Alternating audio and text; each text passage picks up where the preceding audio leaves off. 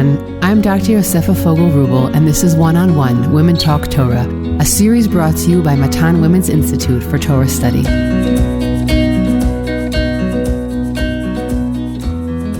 Welcome back to Matan's One-on-One Parsha podcast, where we spend about 30 minutes discussing deep thematic points about the Parsha. If you would like to sponsor a podcast episode in honor or memory of a loved one, please contact the Matan office via telephone or email us at podcast@matan.org.il. Today's special feature conversation is with Rabbi Dr. Joshua Berman, who last spoke with us for Parshat Mishpatim, episode 96, where we spoke about the concept of covenant. Interestingly, today we will speak about its inversion, the destruction of the first temple in 586 BCE, which marked a watershed moment in the nation's relationship with God. Of course, we are airing this episode close to the time of Tisha B'Av, of the day that Chazal, that the rabbis instituted, although maybe Rabbi Berman will speak about that idea. They're not necessarily the same exact day, according to Chazal and what we have in Tanakh itself, but the day where we commemorate the destruction of both of the temples of the Batei Mikdash. Dr. Berman has just released a commentary on Eicha through the Cambridge University Press and is sitting down with us today to speak about this latest publication, which can be purchased from online retailers.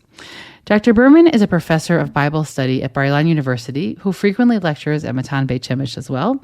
He is the author of multiple books on Tanakh, such as Created Equal, How the Bible Broke with Ancient Political Thought, Narrative Analogy in the Hebrew Bible, Battle Stories and Their Equivalent Non-Battle Narratives, Inconsistency in the Torah, Ancient Literary Convention and the Limits of Source Criticism, and a work that I've often quoted and very much use in my teaching with my students, and we have also spoken about this, is the book Ani Ma'amin, Biblical Criticism, Historical Truth, and the 13 Principles of Faith. So first of all, Dr. Berman, it's a pleasure to have you here. Thank you, Yosefa, and it's a privilege to be back with the Matan podcast listening community.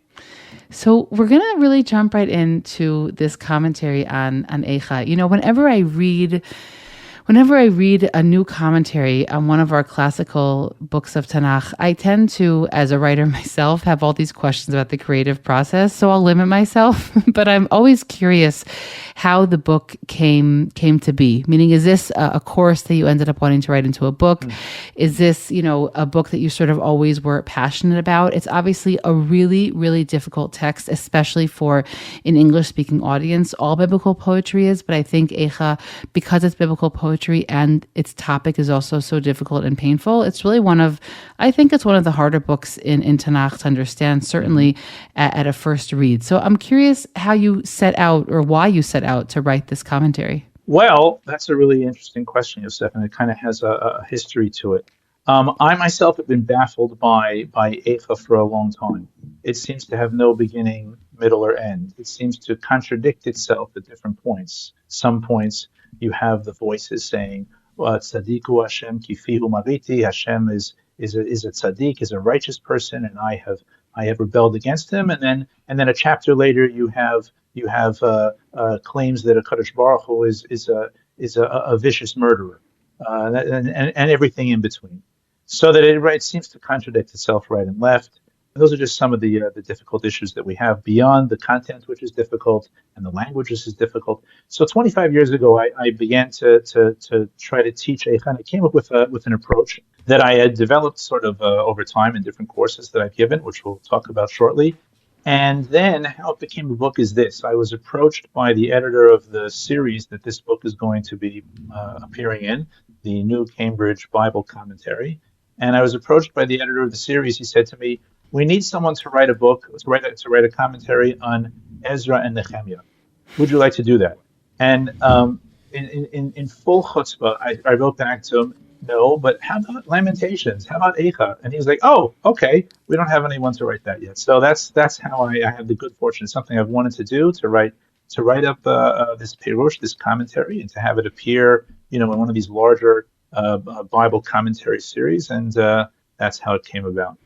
I have to say, I'm taking strength from that answer because I also am endeavoring writing a book. I won't reveal too much information, but writing a book also on a book that I wouldn't necessarily have initially thought to. And also, my starting point is that sense of sort of being baffled by its language, by its ideas, by its theology. So, as you pointed out, the theological perspectives in Eicha are, I would say, Bilashon muata, right? Or they're somewhat theologically uneven, right? So we have all these different perspectives that come through in the book. And I'll even say that for most of us who really only open Megillat Eicha, that open Lamentations on Tisha B'Av, there really isn't enough time to think about it, right? Exactly. Like even I would say Shavuot and Shul, when you read Megillat Ruth, it's a simpler story, so you get what's going on. Sure, but Eicha, you read it once a year, but it doesn't give you that much every time you read it.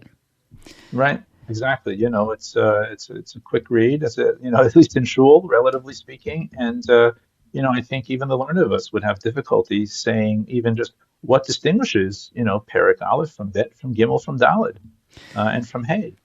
So yeah. Okay, so let's sort of dive deep into. I would love if you would give us a little bit of a background about the way that Megillat Eicha has been understood in the past, so that when we get to sort of understanding your approach, we'll be able to understand what's different about it, right? So how has it generally been understood? And I know that you'll be able to sort of help us oscillate peacefully through both academic approaches and Chazal's approaches. So let's start with that idea. Okay, good. All right. So it really starts with the name that Chazal give to Megillat Eicha. They nowhere in the Gemara refer to it as Megillat Eicha. For Chazal, what we call Eicha, they call keynote.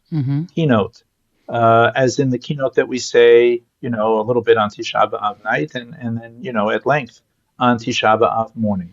Now that appellation, that assigning that genre to this text already is a huge step towards defining how Chazal saw it, because they're saying, well, listen, we know what keynote are when you have someone who has endured tragedy and they kind of want to just get it off their chest and really revel in it and express their feelings, perhaps much the way, Yosefa, that many of us, if we're having a particularly difficult experience, sometimes just sitting and writing about it, sometimes writing poetry about it, is therapeutic in itself and is a necessary process of coping with the intense difficulty that we're experiencing. This is classically what the word keynote meant, and these are what the keynote, not the Megillah, but the keynote proper that we say on Tisha B'Av, all fit that genre. We're in a deep despair, and we need to just be in it and express,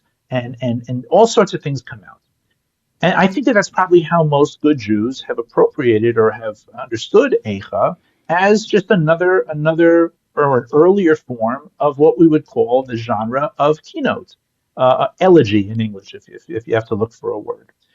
The difficulty with that is the following: there are some really pretty big differences between the type of writing that we have in Eicha and its style and what we find in the keynote proper. The primary thing is this, that in Eicha, it is clear that we have multiple voices. There are different characters speaking. Let me explain what I mean by that.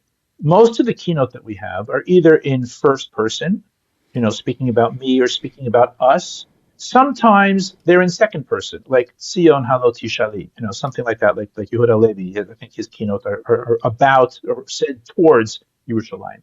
But in Eicha, it's clear that we have multiple voices, multiple speakers. Sometimes we have people, or a voice, we'll just call it that for now, speaking about Yerushalayim, as in the opening pasuk of the Megillah. Eicha yashva vadad. How is it, or woe, she sits by herself. Ha'ira bati am, the city that was once fully populated. That's speaking about Jerusalem. That is the voice of, sounds like, for lack of a better term, what we would call a narrator speaking about Yerushalayim. And many, many psukim in Eicha are in that third-person description of Yerushalayim, what, for lack of a better term, we would normally, and I'm going to challenge this in a moment, we would call the narrator. But it's clear also that we have first-person accounts of what's going on in Jerusalem. So that, for example, when you have in that same Perek of Perek Aleph, famous pasuk, When we hear the words al ele ochia, eni yorda mayim, over these I am weeping. My eye, it is flooding tears. That is Bat Sion. Okay, that is the collective representation of the survivors of the Churban who are still living in Yehuda, still living in Yerushalayim. And it's clear that we have not only these third-person descriptions of Yerushalayim, seemingly a narrator, and first-person descriptions of Yerushalayim, Bat Sion talking about herself. We even find these two characters talking to one another. So that, for example, in Perek Bet, you have the narrator saying to Bat Sion, in Perek Bet, Pasuk Yud Gimel, Ma a'idech, ma adam elacha bat Yerushalayim. What can I possibly compare you to, Yerushalayim? Ma ashvelach v'anachamech. To what can I even compare you that I could possibly give you comfort? Ki gadol kayam shivrech mir palach. Because as great and mighty as the sea is, so too is your devastation. Who is it that could possibly give you healing? So here we see the narrator speaking to Bat Sion.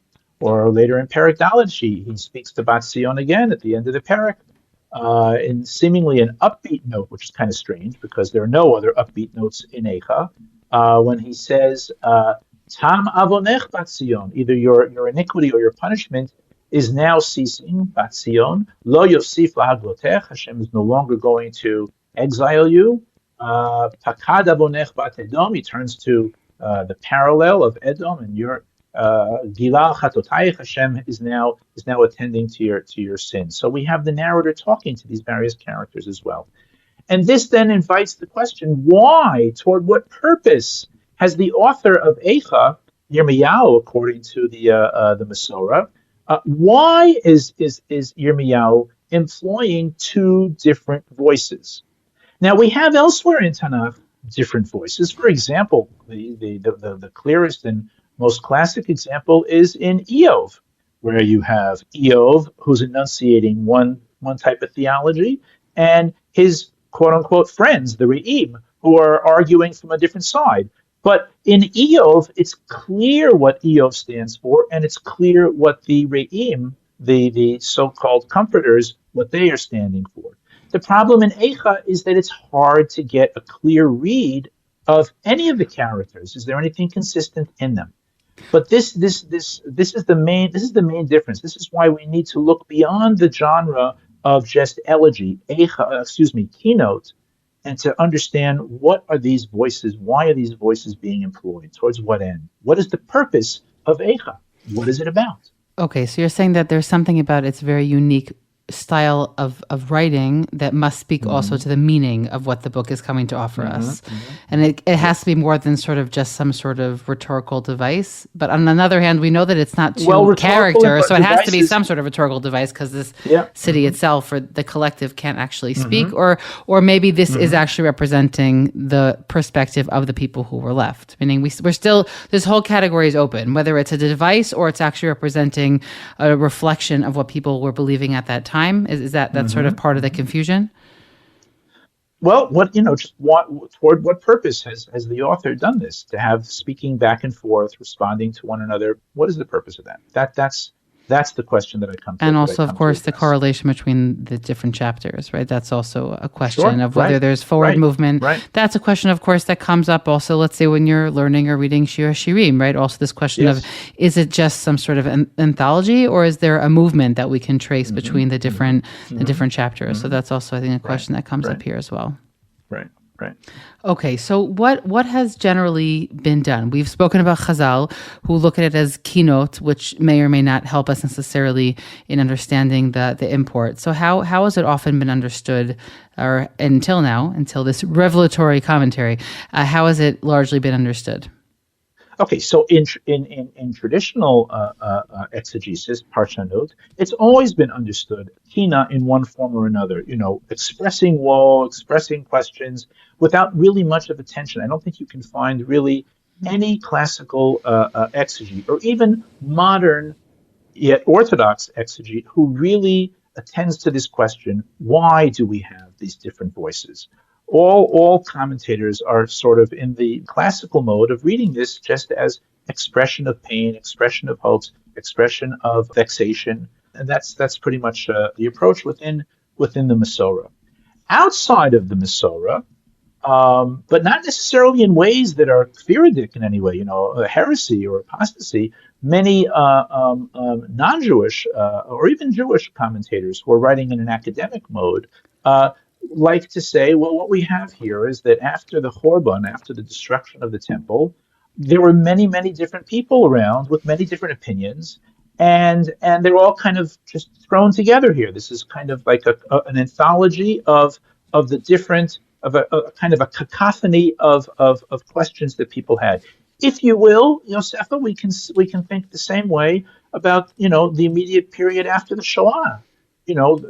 Some people obviously left belief altogether, but even those who remained, within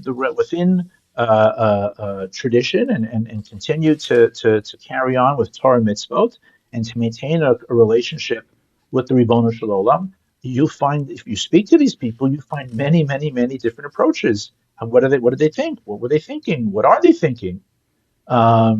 In the book, I cite a really fascinating work that I borrowed heavily from by a fellow named Reeve Robert Brenner, who in the 70s, he interviewed 700 Holocaust survivors about their beliefs during and after the Shoah.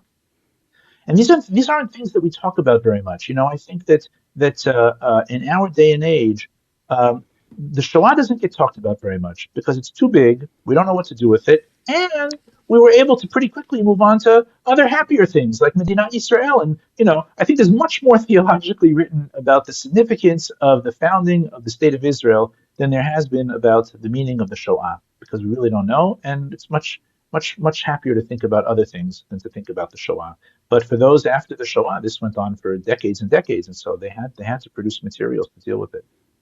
So the primary approach that you find in modern writers is that there's no one opinion. There's just a cacophony of voices, and there's actually, they claim, one after another. There's no order to anything in Eicha. It's part of the balagan, we might call it.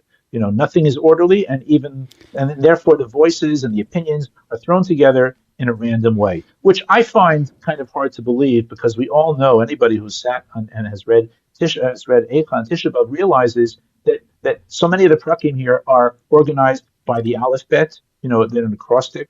That is, that the first pasuk begins with an aleph, the second pasuk begins with a bet, the third with a gimel, etc., etc. 3 of the chapters are that way. They're also fully chiastic.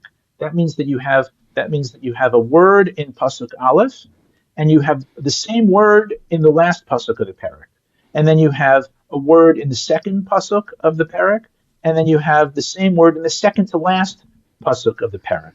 So that this is incredibly well organized. And so to say that this is all just, a balagan, a cacophony, a multitude of voices, they don't really connect with one another, and they're thrown together randomly, seems to me to not give the work the credit that it deserves.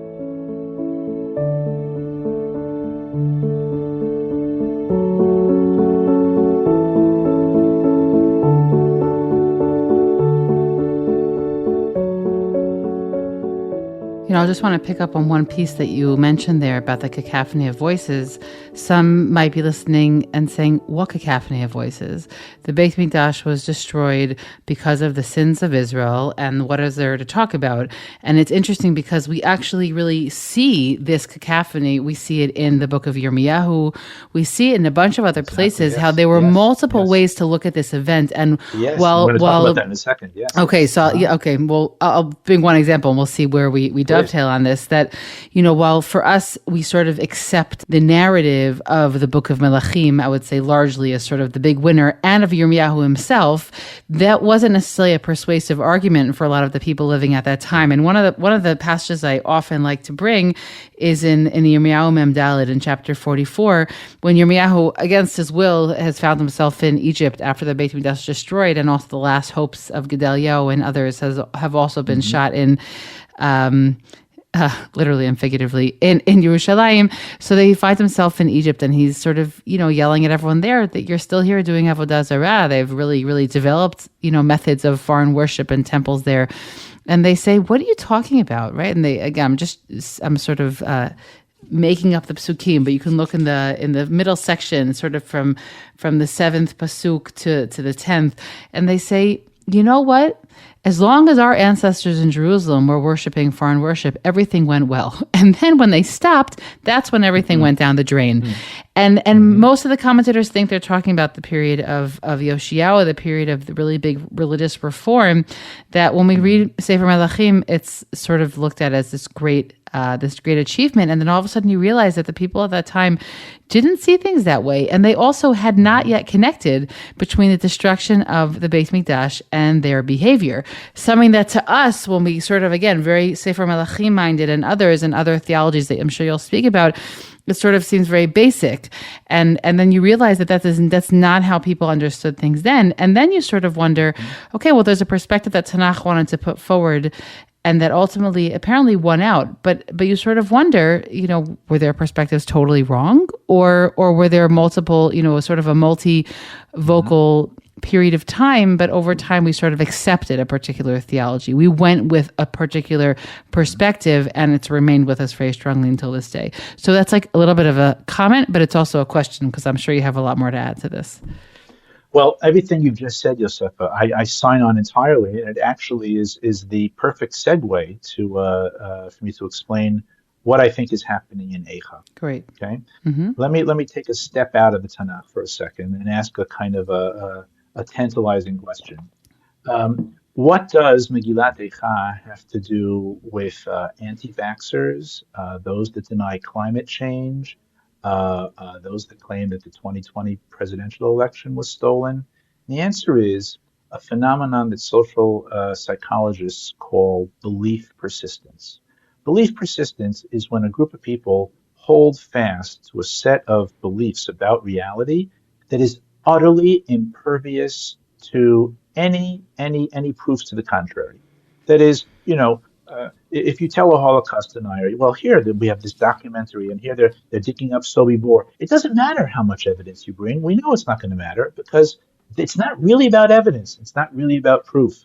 And so too with the other modern examples that I raised, because what's happening is that a group of people has something about this set of beliefs that really sits at the core of their collective identity. And for them to even question those beliefs would rock the boat for them in an incredibly difficult way.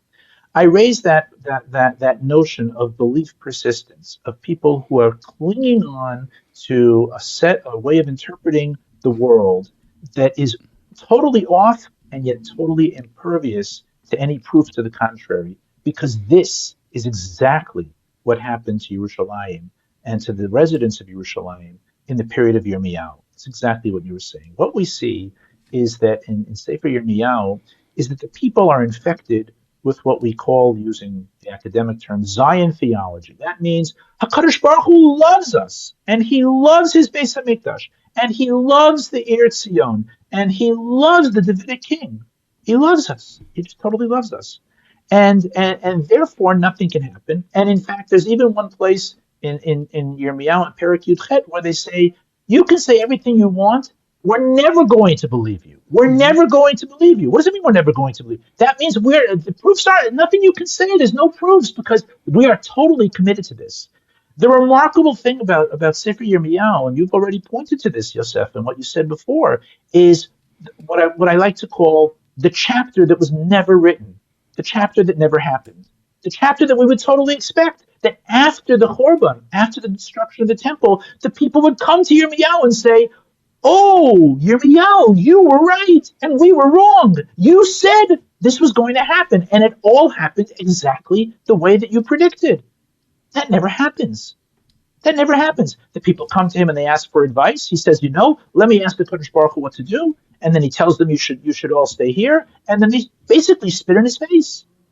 And you also pointed out, later on in Yirmiyahu, other places. And this is just shocking. Like, didn't they see that Yirmiyahu had been totally right?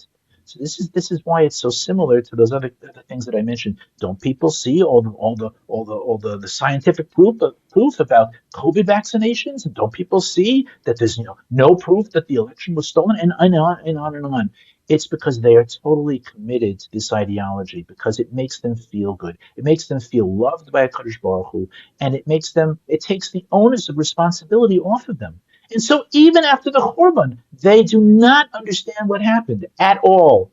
In their opinion, God had a bad day. You can see this clearly. The first time in Megillat Eicha that Bat Sion speaks, right? What I said before about the voice that speaks in first person about herself or about Yerushalayim. We have this in Perek Aleph, Pasuk Tet, when she cries out and says, Re'eh Hashem et onyi, Ribono Shalom, where are you? You should notice me, see me, ki higdil oyev. The enemy has triumphed. I mean, that clearly shows that she doesn't understand that HaKadosh Baruch Hu brought the Churban. She thinks HaKadosh Baruch Hu is out to lunch, and all she needs to do is call on him, and she is his beloved, and he will come and save her. So they are lost in La La Land. That is Yerushalayim that we encounter in Megillat Eicha. And what Megillat Eicha is, in my humble opinion, is the following. As I said, we have two dominant voices. You have a narrator, and then you have Bat Sion. The narrator is not like a narrator that we have throughout Tanakh, kind of a dispassionate guy who's just describing things. The narrator is Yirmiyahu himself. And he is, the Eicha is a series of interchanges and dialogues between Yirmiyahu and Bat Sion, where Yirmiyahu is taking the role, I would say, of a therapist, of a pastoral mentor. He sees as his role to get Bat Sion to wake up and smell the coffee, to realize that she's still in a delusion, to really understand all the messages that he had tried to get across to her in Sefer Yirmiyahu. And that's going to be incredibly painful and difficult for her, because she's going to have to let go of this notion that God loves me. He loves me. And I'm sure he wants to hear my tefillot. And I'm sure he's going to save me, because he's always loved me. And he always loves Yerushalayim. And once she has to realize that, you know what? Kadosh Baruch Hu is furious with you and hates you and has deliberately brought incredible suffering upon you, that is going to be shattering for her. And so he needs, like a good therapist, a therapist takes people out of their delusions, hopefully softly, by challenging a little bit, but then also by helping the person put the pieces back together. Eicha is a series of dialogues like that. Why are there 5 prakim? And this goes back to something you said before, Yosefa, and that's because what we see in Sefer Yirmiyahu is that Yerushalayim is not one voice. There are many voices. In fact, in Sefer Yirmiyahu, one scholar has noted this, there are literally 136 ascribed voices. That means times that the Navi in Yirmiyahu says, the people say, or the priests say, or the women say, or something like that. 136 times. You don't find that in Yechezkel a little bit, and most Nevi'im, all you hear is the Navi. You don't hear what the people are thinking. And so in Megillat Eicha, each perek is taking a different sub-community within Yerushalayim, all of them infected with this delusion about how much HaKadosh Baruch Hu loves them and is working with them to bring them to a new place. Okay, wait. That's my take. Okay, I want to dig a little bit deeper into this confidence, because as you speak about it, it contrasts so greatly with the utter lack of confidence that Jews will later feel once they've been downtrodden enough, and Christianity has, also squelched that confidence. I'm thinking in my mind to Rashi's introduction to the book of Shir Shirim, which he basically reinterprets as God's love letter to the people after they feel that they are, sort of an aguna. They've been left by their spouse. And so, first of all, there's something very jarring about the presentation of Jews at any point in history before this very modern moment in time when we have our own country as being utterly confident, so much so that they can't even see reality clearly. That's just sort of a piece that was coming up for me emotionally. But my question is also why? I'm curious, what's the root? And again, we could talk so-called Zion theology, but what lies at the root of it? Meaning, was it simply the different victories that Yerushalayim had over the years? I know that Yeshayahu also tries to also combat this a little bit in a number of chapters in there as well. There was a real high that they experienced after Yerushalayim was saved from the Assyrians. But is that what lies at the root of it? Is it sort of this idea of in the ancient world that there was something called safety, what we call in the game of tag, whether it was, I'm thinking about the altar, right? Grabbing onto the corners of the altar. What led to this idea that was so powerful that they couldn't sort of see reality for what it was? Again, because it also is just contrasting so much, because by the time we're sort of deep into the period post-destruction, we see prophets of that time period. Again, there's a lot of debate about who spoke when, but some of the books included in Treasar that the people were really lacking confidence. They thought God had totally left them. So I'm sort of trying to figure out how we can understand this shift in the people, obviously based on the books we have, of sort of oscillating between overconfidence and then lack of confidence, so much so that they don't even want to come back anymore. Well, I think that, you can see it in modern times as well. Oh, this is the Geula. We're living in the Geula. Kadosh Baruch Hu loves us. I'm not sure that Kadosh Baruch Hu is so happy with us. It's clear that we've had a great chesed, that he's returned us to Eretz Yisrael. But I think that you see it in the discourse in our own community, Yosefa, that it's just so comforting to think how much Kadosh Baruch Hu loves us, and that this is a period unlike any other. And I think it sometimes blinds us to things that we need to be changing and things that we need to be doing and the lackings that we have. It's so comforting to think how much Kadosh Baruch Hu loves me, because then I don't have to change and I don't have to do anything. And I think that's really that's what's behind it. Also, I think that it's much easier for people to believe in good news than bad news. If I tell you, Yosefa, you really have to get your money out of the stock market right now, because it's going to crash tomorrow. And someone else says to you, no, it's going to be okay. It's going to be much easier for you to believe that what you're doing right now is okay than to hear a doomsday prediction. And so I think that's what was going on here. But it's just really clear at the end of Yirmiyahu that there's no wake-up moment, that this still continues.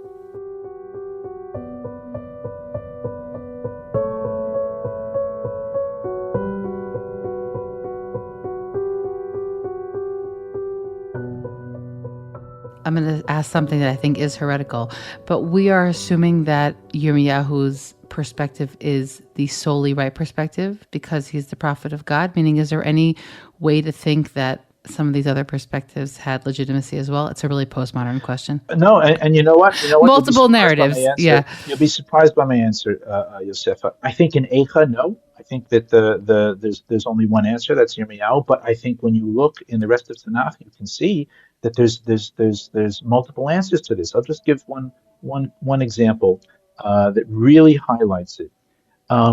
We have in the Tanakh 3 places where you have people in Yerushalayim after the Churban praying to a Kadosh Baruch Hu for redemption.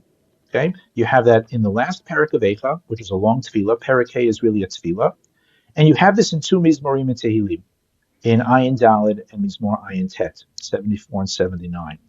In many ways, many of the terms that are used in all 3 are the same, but there is a yawning gap between the theology of Tehillim and the theology of Eicha that breaks down exactly along this line.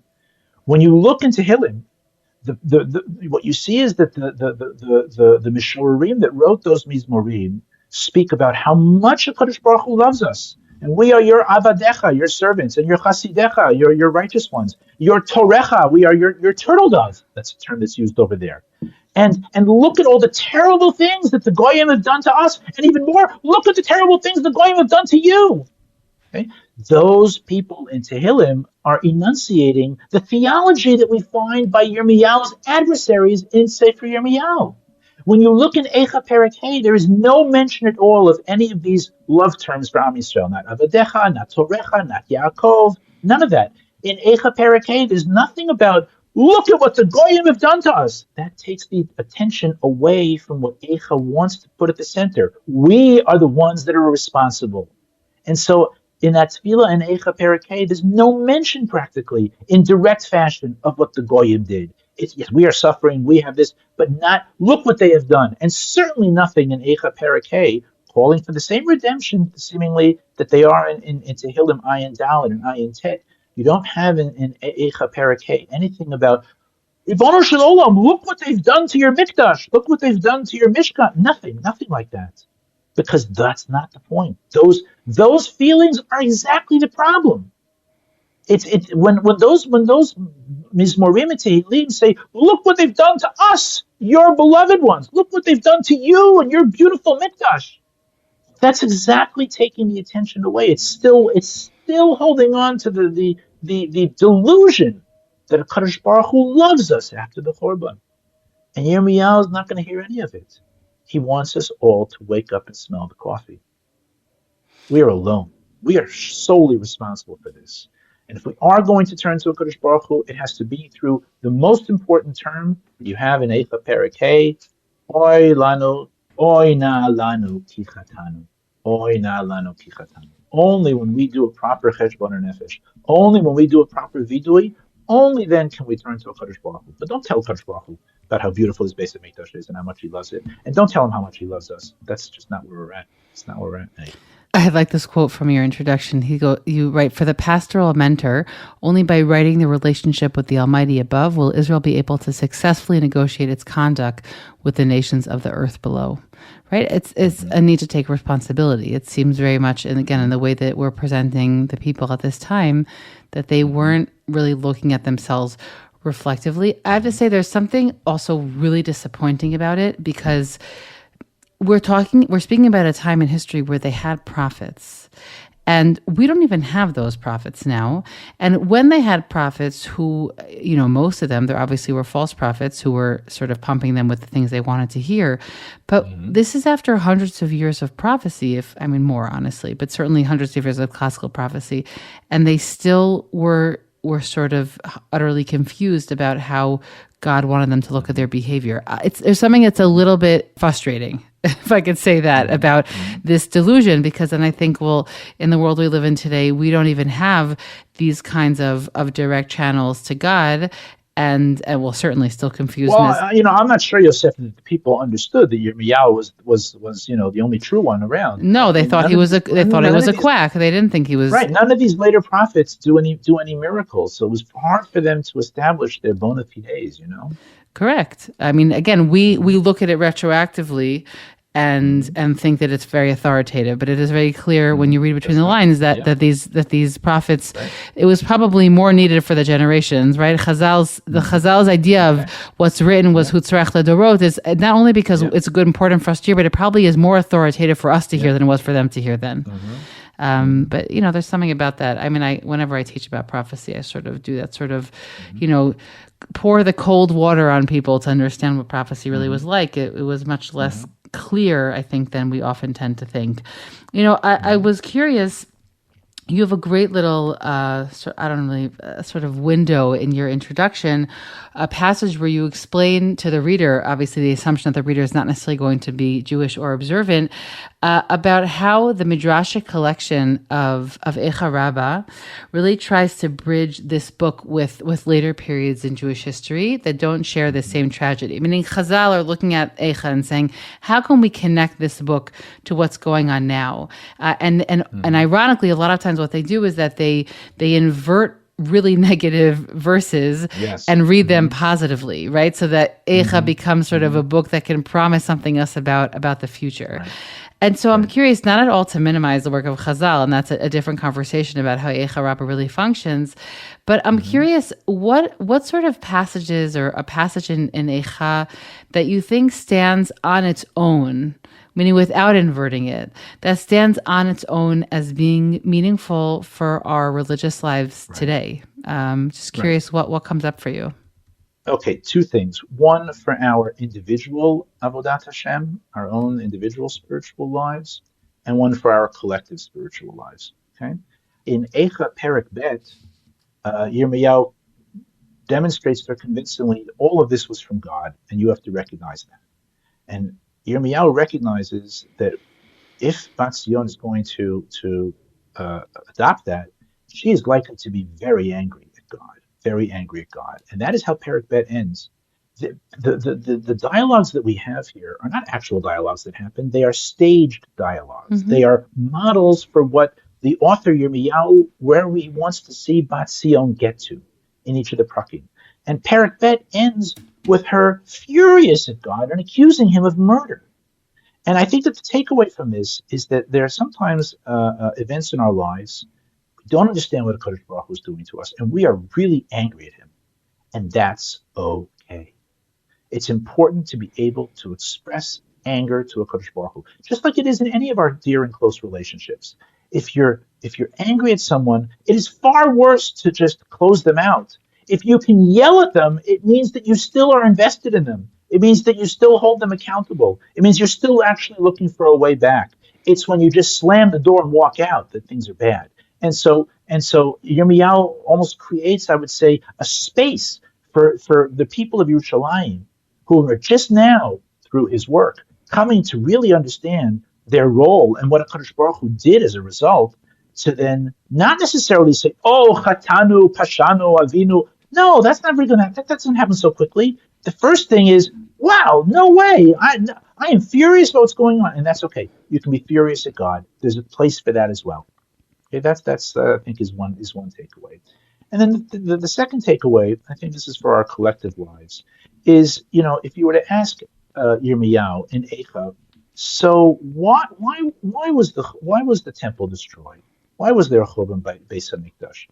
Eicha doesn't talk about, like Chazal say, three big averot, that there was, Gilui Arayot, Shpichut Damim, Avodah Zarah, incest, adultery, murder, and idol worship. Very, very few signs of any of that in Eicha. Here and there, one or two psukim, maybe.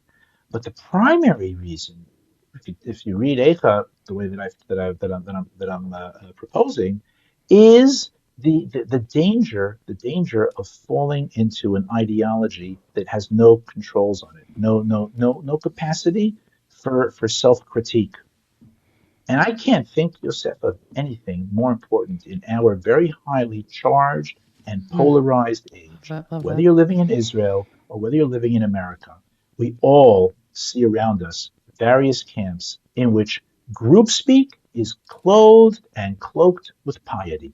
It's amazing. You have very good people, I'm talking about people in our world, Yosefa, who are very cognizant of their own personal failings. They can do a cheshbon nefesh that's probably pretty on the mark about their own individual selves. But ask people, what about your hashkafa? What about your community's theology and political theology? Oh, well, that's perfect. That must be perfect. There's nothing wrong with my community. It's the other ideologies that have all the problems. That is what led to the Churban Bayit Rishon, according to Yirmiyahu. It was when Yerushalayim got stuck in a political theology that had no control and no capacity for self-reflection and self-critique. All it could see was its own righteousness. Groupspeak clothed and cloaked in piety. And that, I think, is the big takeaway for Eicha for our time. Oh, goodness. I have a lot of thoughts in response. I'm going to limit them, though, because we're going to be winding down. The first is your first point about emotionality in Tanakh, which I've just given its own name. But that's a really, really important piece that Tanakh really, in so many of its books, and actually Rivi Frankel and I, who's currently taking over hosting the episodes, we gave a sort of a workshop to Tanakh teachers about this. We brought in sets of different texts throughout Tanakh where a different emotion is being expressed, and we had them sort of identify what it is and sort of reflect about how the characters in the narrative respond. If this was a student of yours, how would you respond? And sort of like to do a whole role playing of, so there's so much to say about that, but I love that piece about even just, I would say, validating grief or much of Eicha is about validating. Yes. Exactly. It's sort of like this validation of grief, and obviously that plays into your presentation of the narrator as this sort of pastoral mentor, or as you said, a therapist. And the other piece about sort of community is I just will say that I think that kind of group speak is, I'm gonna steer clear of any labels. That it is characteristic of certain groups. I feel like I often find myself in groups that are actually highly self-critical, but I can identify in your description that there's something unusual about those groups, meaning I feel like I often found myself in a community of people, I'm going to just say it broadly, even like in a Datilumi world, where you have where people are often very, very self-critical of the community itself. And that kind of self-criticism can be weakening. But as you're pointing out, there's also a great, great danger in the other version of sort of not being able to look at ourselves critically and see our community as one that sort of has figured out all the answers. I guess it feels so far from me because I mostly feel like I occupy a space of doubt, and I'm not really sure that, anyone's really hit anything on the mark. But that's, I think, a really brilliant piece. And I also think that while you're very kind to think that many people individually can be self-critical, I think that I think that the echo chambering and the fact that we just can go through so much of our lives now because of the personalized nature of what we see and who we hear and who we meet and what shul we go to, and that we often can keep sort of meeting up many, many versions of ourselves. I'm perfectly guilty of this in the life that I've chosen. But I think that it's a kind reading to say that people could be self-critical, but I'm not even sure that it's true at an individual level. Okay. But that's a really important piece. As we sort of wind down, I guess I want to end with like the big question that no matter what take you have on the book of Eicha, we struggle with every year, to the point where there are those opinions that saying the added tefillah in Shmona Esrei that we say on Tisha B'Av is almost inappropriate to say anymore today. That it may be something that shouldn't be said anymore. Where we're describing the destruction and sort of the desolate nature of Yerushalayim. It's simply not true. And so I guess I'm curious, what is, why are we still insistent on marking Chorban Yerushalayim, and obviously through the prism of Eicha, in an age where, everywhere you turn, you can only run into more construction in the city of Jerusalem? Right. So, I think that marking the Chorban of the Beis HaMikdash is extremely important, precisely because of all the good that we have, and precisely because of the seemingly revolutionary and redemptive age that we live in. Because since we celebrate the half of the cup that's full, that has been so empty for so long, it's sometimes difficult to recall the half of the cup that's still empty. And it's really important. I think ideally every day on our calendar should be Yom Ha'atzmaut, and every day should be Tisha B'Av. Every day has to have both. You have to have both. You have to realize the extraordinary nature of the times that we live in, and you can't get carried away by them.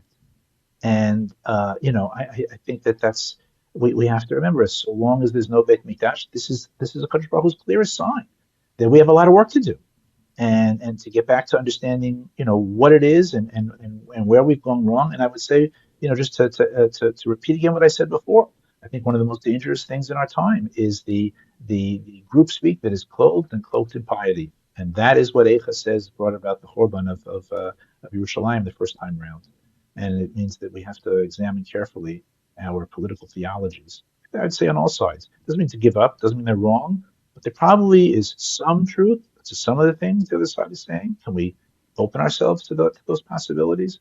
I think that's the big message, and I think that it's that half cup that is not full that we need to really attend to, not just on Tisha B'Av. Every day needs to have a little bit of Tisha B'Av in it.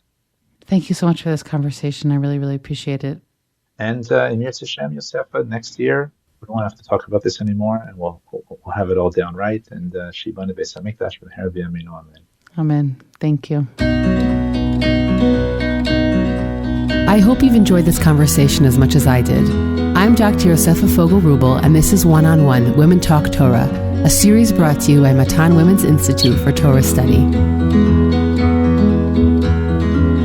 Please do One-on-One and Women's Torah Learning a small favor by sharing this podcast with family and friends so that we can reach new listeners. You can stream and download these episodes on Spotify, iTunes, Google Podcasts, SoundCloud, and Matan's website. Don't forget to leave us a 5-star review in the comments. Please send us any feedback at podcast@matan.org.il. That's podcast@matan.org.il. Thanks for listening, everyone.